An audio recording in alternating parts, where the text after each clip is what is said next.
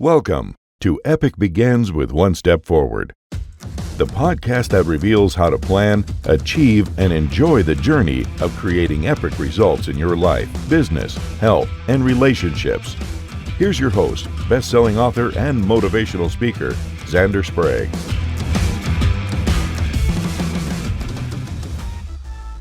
Hello, epic people, and welcome back to another exciting episode of Epic Begins with One Step Forward. I'm your host, Xander Sprague, and boy, howdy, do I have a great guest for us today. Eric Robinson is joining me. Eric, tell me who you are and what you do.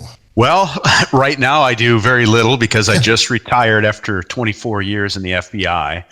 But prior to that, I spent about a dozen years in Christian ministry. And in April of 2002, I left the Baptist pulpit to join the FBI because I just felt like I needed a career change. Cool. Well, I have to say, that is quite the epic change to go from the Baptist pulpit to being an FBI agent. You touched on it a little, but that's a pretty major career change. So what sort of made you want to do that? Well, my health made me want to do that because I had a string of 2 years where every single day without fail, I had stress-related headaches. Mm-hmm. And it was obvious that the stress was coming from my work. Okay. Because better men have done a better job of handling ministry than I could. What I found was that when people in my congregation came to me with a difficulty, I just couldn't let it go. Okay. And there's a balance there that I couldn't find, which is to address it and then not worry about it afterwards. But I was unable to do that. So I told my wife one day, I've got to find something else. I got to find a job with less stress. So an FBI agent was less stressful. I got to say, Eric, I'm going, you wanted less stress and yet you joined the FBI. I just don't see how there's less stress being an FBI agent. I really don't. Well, the stress spikes and then it's gone. Okay. See, for me, the issue was I cared that somebody said, I think my wife is going to leave me, or right. My child is forming a drug habit. In the FBI, I'll bring 12 people to be indicted to a prosecutor, and they'll say, well, we're only going to charge 4 of them. And so now I know 8 guys are going around that are criminals and they're not going to be charged. But ultimately, I know that life's going to take care of them. They'll get caught some other way. And I didn't internalize it. Unfortunately, that wasn't the case working ministry. Got it. And is it safe to say, Eric, that you might have been one of the more experienced FBI trainees when you went through? I had shot a gun once. So no. No. I guess I meant age-wise. You went into the FBI. I mean, if I'm doing my math right, you spent 12 years on the Baptist pulpit. Unless you were 12 when you started, I'm guessing that you were somewhere in your 30s when you joined the FBI. I was about 33 years old, and I was in the middle. We had an older class. The recruits coming into the academy now tend a little bit younger, maybe late 20s, but I even had one individual. The cutoff for entering the FBI is 37 because you have to retire at 57. I had one classmate who was 43. He had been in for 9 years, out for 8, and then got a special dispensation from the Attorney General to come back. So I was about in the middle. Okay, cool. Though I think I outlasted just about everybody else from my class. Wow. What were some of the more challenging parts of going through the academy? Well, fortunately for me, I was in decent shape. I had just been running marathons, which came out of having the headaches. The only thing that helped me was running. And so the longer I stayed out running, the longer I was running, the longer the headaches would go away and then they would slowly come back. So I was adding more and more. So I was in good shape for that. The hardest was just understanding the FBI. So 24 years in, there's countless aspects about the FBI I still don't understand. Right. I focus mainly on this is what I'm doing here. This is the violation I'm working.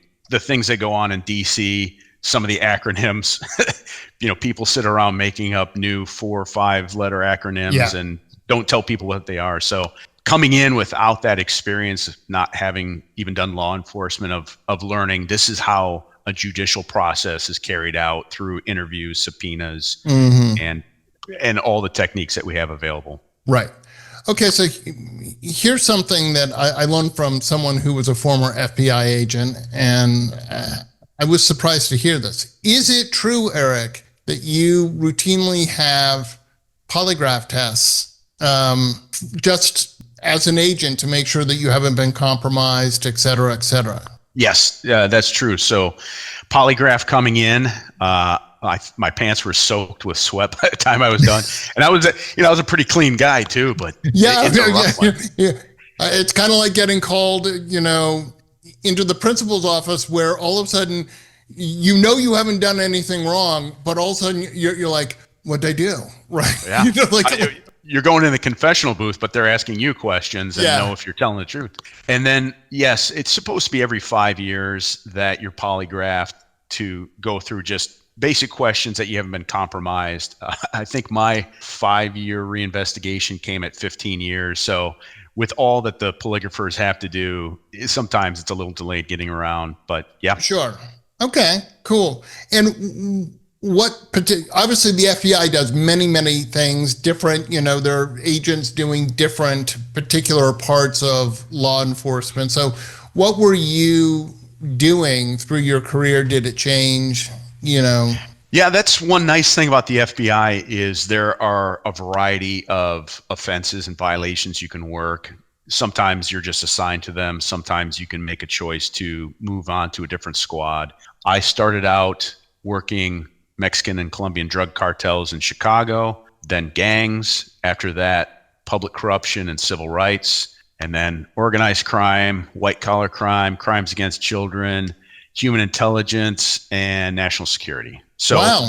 I did most of what we had available. Wow, that's good. I've got to. Okay, well, so you mentioned gangs. Yeah. And when I went to college, I was outside of LA, very close to Pomona, California, where there was a large presence of the Bloods and the Crips and all of that. And that was in the news all the time. So it was sort of top of mind at that time. Now we don't hear as much about that, just generally in the news. However, that does not mean that all of these gangs aren't still incredibly active and fighting each other and, killing people and stuff. In your time with the gang, in working with the gang, what can you say about how gangs have evolved from, and I know it may be a few years, but as I said, they're still around. Yeah. Well, I think it's like many trends in criminal elements that, organized crime was huge in the 70s and 80s, and then it started being taken apart, dismantled by the FBI. So I don't know that the FBI has dismantled gangs, but yeah, I would agree. When I was in Chicago, we had Latin Kings everywhere. We had gangster disciples, and they were in many ways running areas. They were like, you didn't come into that area unless you were known, and they had young kids on corners who would be lookouts for them.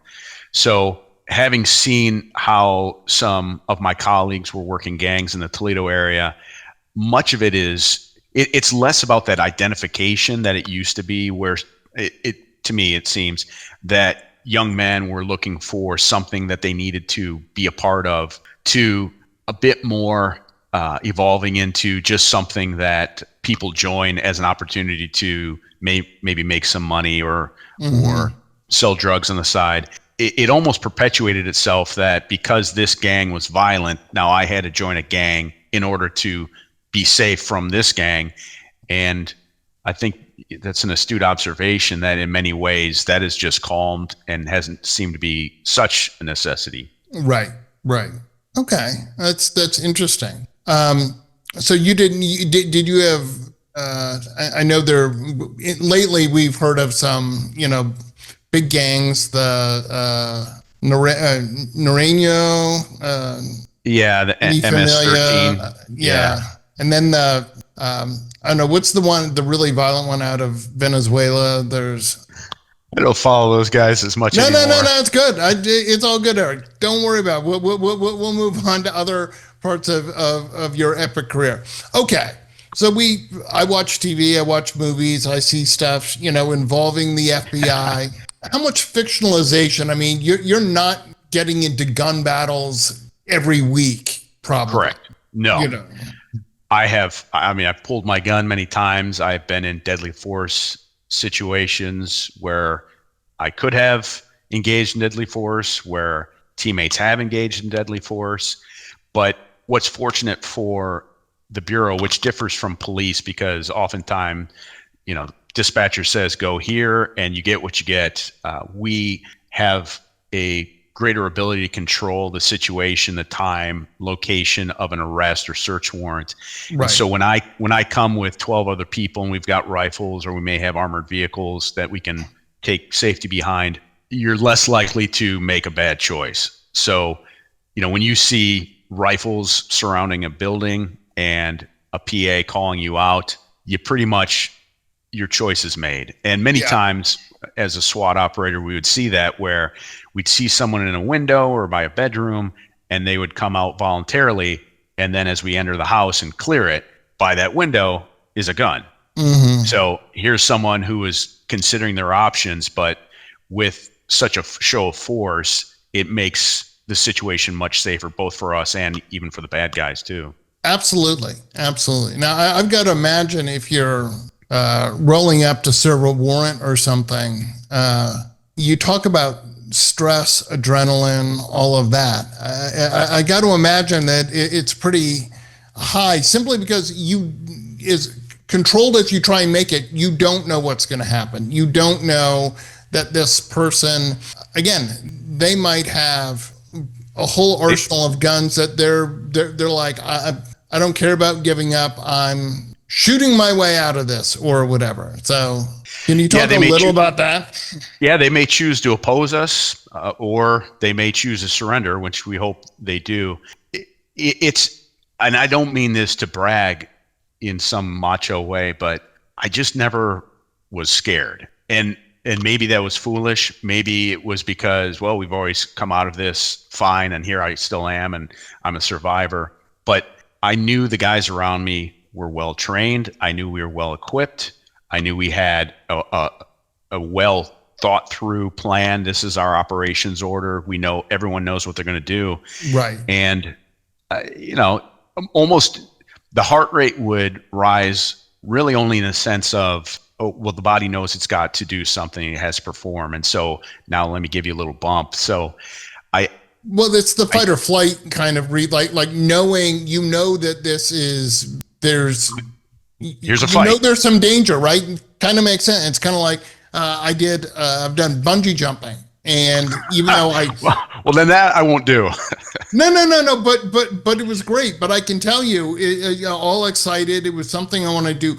But yeah, when I got out there on the platform, I'm like, wow, the heart rate's going, the adrenaline is pumping, because you're like, I could possibly die here, right? There's that fight or flight kicks in. You don't have any control over it, really. Yeah. And so there was one occasion we had where we had a barricaded subject who wasn't holding her son as hostage, but she had a 10-year-old son with her, and we were concerned for his safety. Sure. But we were letting negotiators do their job. And as 8 of us were positioned, ready to make entry if need be, our triggers were either if she threatened the safety of her child or if she fired a shot. Yeah. And so we sent the robot down for the negotiators to speak through the robot and to listen. And that set her off, and she fired a shot through the door. And I remember looking back at my team leader going, that was a gunshot. Here we go. And she had said, anybody coming through the door needs to bring body bags. And that's the closest I think I came to fear. But as I think about it, it was less fear and more of the resignation of, I'm probably getting shot, and that's going to hurt. Yeah. Yeah. But here we go. Yeah. Yeah. Well, you alluded to having run marathons. I too have run some marathons and half marathons and stuff. And it's kind of like when you're in the corral. You're ready, you're prepared, but there is sort of that, this could hurt. Well, it's definitely going to, yeah. And you get jazzed up in your first mile. You got to tell yourself, don't Yeah, run you this really fast. got to tamp Slow it down. Yeah. But yeah, and then by the time you're at mile 15, you're like, okay, well, now I need some of that energy from before to just keep going. Absolutely. Absolutely. I was fortunate enough to get to run the 2014 Boston Marathon. Full disclosure, I was in on a sponsor exemption. I did not, nor would I ever qualify for Boston. I'm just not that fast. But and I grew up outside of Boston, so I knew the bad was I knew the course from mile 5. The rest of the way I knew the whole thing. I had nightmares about getting like detoured and having to do an extra 6 miles and stuff like that. But when you start off from Hopkinton, the first 5K is just a slight downhill. Mm-hmm. So you've got all that pre-race energy. I'm running Boston, so now we've amped it up. Now I'm going slightly downhill. It was the fastest 5K I ever ran in a marathon. Okay. And I was trying to slow them, but you know, and again, not as steep, but so that was honestly, I don't say horrible, but it was really hard. I was trying to hold myself back, but you're like, oh, I feel so good and it's so easy. And I'm like, I have so many more miles to go, you know? Oh yeah. I ran Boston in 2000 and I had been living in Western New York, which like the hill outside of my front door was huge. Yeah. So always running the hills. I remember running and getting to like mile 22. And I asked somebody, I said, where's Heartbreak Hill? And like, it was back there. Yeah. And I went, that was nothing. That's back when I was in good running shape though. Well, but yeah. And look, I Heartbreak Hill, for those of you who don't know, isn't actually particularly steep. It's actually just a series of little hills. What makes it challenging is when you get to it it's mile 17 through about 20. Mm-hmm. But when you get to it, you have just come out of the hills of Wellesley and your quads are kind of shot because it's mile 17 to begin with. And you just came down a whole series of hills, which it's actually harder than running uphill because you're trying to control your body and stuff. So that's why Heartbreak Hill is hard. It's not steep. It's by no means, I don't think anyone will call them steep hills. They're bumps. Yeah. But the other thing that messed me up when I did Boston was through all my marathon training before that, running coaches had said, you know, when you pass an aid station, get water, even if you have water on you, because if you get behind on hydration, your day is done.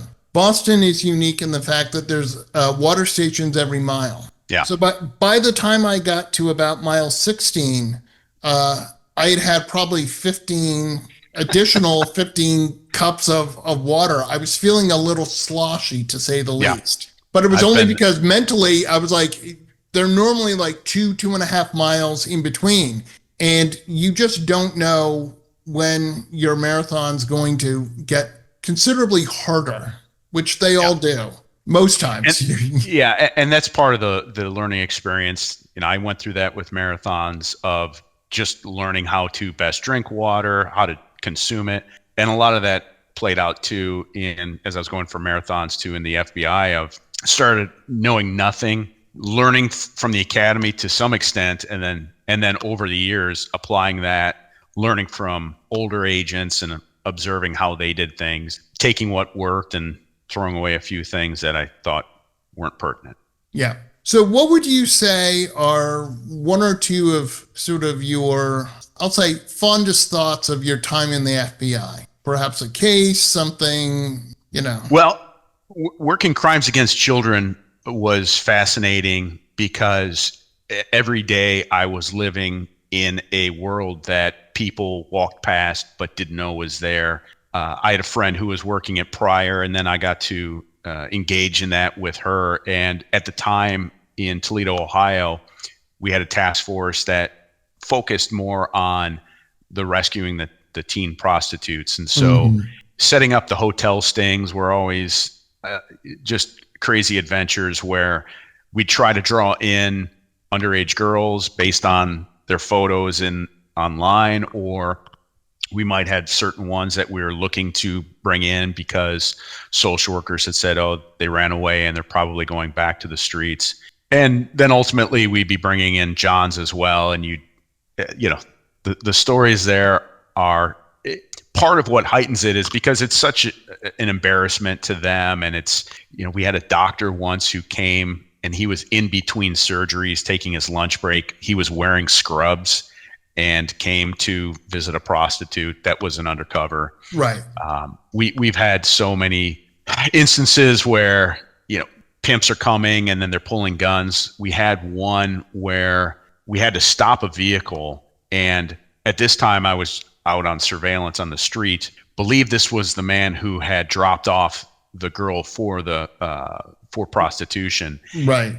And as we went to collapse in on the vehicle, he started trying to escape up a berm that he was backed up to. So then I put my vehicle closer. Finally, he was wedged in. We got out behind our vehicles, everybody with their rifles up. And as he was just looking at us, he reached under his dashboard. And I was hoarse for 3 days afterwards from yelling because I didn't want to kill him. Yeah, no, obviously. But here's a man who's reaching under his dash, and we don't know if he's grabbing for a gun or whatever. It turned out he was trying to stash his phone and hide it, and we came up to the vehicle with a shield. I busted out his window, and we yanked him out from there. So that was a time where the adrenaline probably spiked. I'll give you that one. Definitely. I can imagine. Did you ever go undercover? I didn't. The undercover program for the FBI is very intense. I've had friends who are undercover employees for the FBI, and I've heard stories. So for me, like, you could threaten me or break a finger and I'll be fine, but I need my sleep. And part of it is sleep deprivation. So I already know I'm out. I can't do that. I need to get 7 hours for sure. Definitely. But we've worked with plenty of undercovers, and as they travel and get to do those prime jobs, they always have crazy stories to tell too. Definitely. I mean, I could say, and again, based only on stories I've read from people who were undercover, and Hollywood's depiction of what that is. I've got to imagine that the level of stress on a near constant basis is really hard, especially if you're undercover in, let's say, a biker gang or some kind of criminal enterprise. Where if you get found out, they're just going to kill you. I mean, Well, I'll tell you this: they could, and this is not to say lessens the stress, but for the most part, and I've worked with many informants who, in some ways, play like an undercover role, and we've talked over like, well, what if they find me out or they ask questions, and I let them know, like, look, we'll be there to come in and rescue you, but also, if somebody believes that you're an informant for the FBI and you're recording them, they are leaving the situation most likely.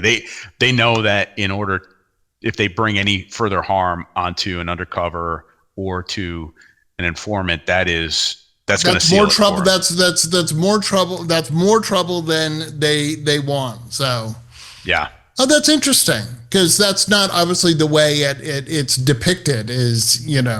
Well, right, and that's not to say that there wouldn't be somebody who would do it, or there's that lessens the stress. But I sent an informant once to meet with a white supremacist group, and part of his initiation was they jumped him to just see how well he did in a fight.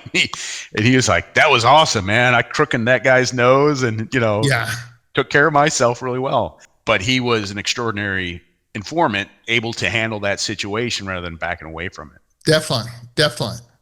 What are one or two of the things that you are going to miss now that you're retired? It's the people. So, the action is fun. There's a lot of boring times. Being on SWAT, gave me some of that experience, but being on SWAT also gave me the best experience, because the FBI has good, competent, very positive looking people who are trying to bring about justice, and they're some of the best people I've ever met. And then the most dedicated of them are often on the SWAT. So these were guys I would spend long hours with in dangerous situations. And though we didn't talk about it to each other, we all knew implicitly, I'm willing to die for you. Yeah. And so that bond was there. You can say it's a brotherhood. It was a special closeness of experiences we've shared. So right. When I share this experience where the adrenaline does hit high, or we were in danger and we both survived that together, we don't have to talk about it. We just feel that we are now closer to each other. Definitely. It certainly makes sense from a psychological, hey, we were both in danger, we survived it, and we both know. Kind of like, or I'll say similar to you and I having both run marathons, there's a certain understanding about what's involved there with how challenging that can be, how, hitting the wall, like just saying, if I have to crawl across that finish line, I am going to crawl, like I am finishing this thing, Yeah, we've had that shared together. Exactly.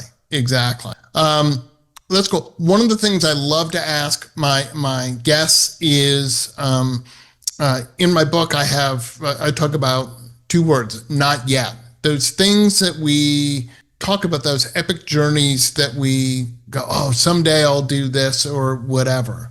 So for you, Eric, what are 1 or 2 of your not yets? I started my adult life speaking to audiences, speaking to a congregation. And for me, and then in the FBI, I wore a number of training hats where I would teach firearms, teach tactical training, defensive tactics. And so for me, not yet would be getting an opportunity to carry that on, now doing teaching of the younger generation and helping them to learn some of the things that maybe I was very blessed to learn at a high level in the FBI, now pass that along to them. Cool. Well, that's really commendable. That's awesome. And yeah, I say all the time, knowledge is useless if you don't share it. I mean, if you know something, you know how to do something, the best thing you can do is share it so that more people know how to do that.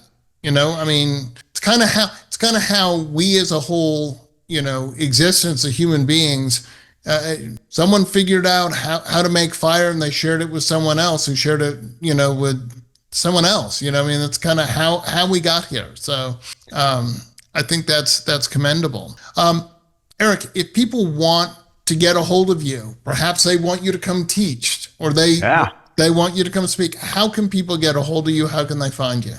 My Instagram is _Eric_Robinson. LinkedIn is my name. You'll see this face on it. I'm not sure how that works. If you type in FBI, I'm sure you'll find me as well. But I've written a book to come out in the fall that has crazier stories than the ones we talked about here, but that talks about my journey from being a Baptist pastor and then how I tried to implement that into my FBI life as well. Oh, well, that's great. And what would the name of that book be? The name of the book right now, the working title is Irreverend. Okay. Because I was a reverend and did some irreverent things. We also kicked around preacher to breacher. Oh, that's awesome. Yeah, that one gets smiles. Yeah, it does. I like that. Catchy. All right. Well, Eric, thank you so much for joining me today. Really, such an interesting conversation. Thanks, Sandra. Appreciate it. And I want to remind everyone that if you're ready to begin your epic journey, go to epicbegins.com. And as always, remember, epic choices lead to the epic life that you want.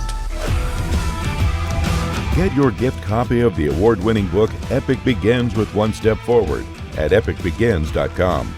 That's a wrap on this episode of Epic Begins with One Step Forward with your host, Xander Sprague, best-selling author, internationally acclaimed public speaker, and licensed professional clinical counselor.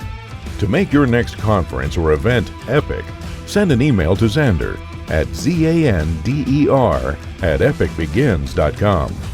Be sure to subscribe so you don't miss the next episode. Remember, epic choices, epic life.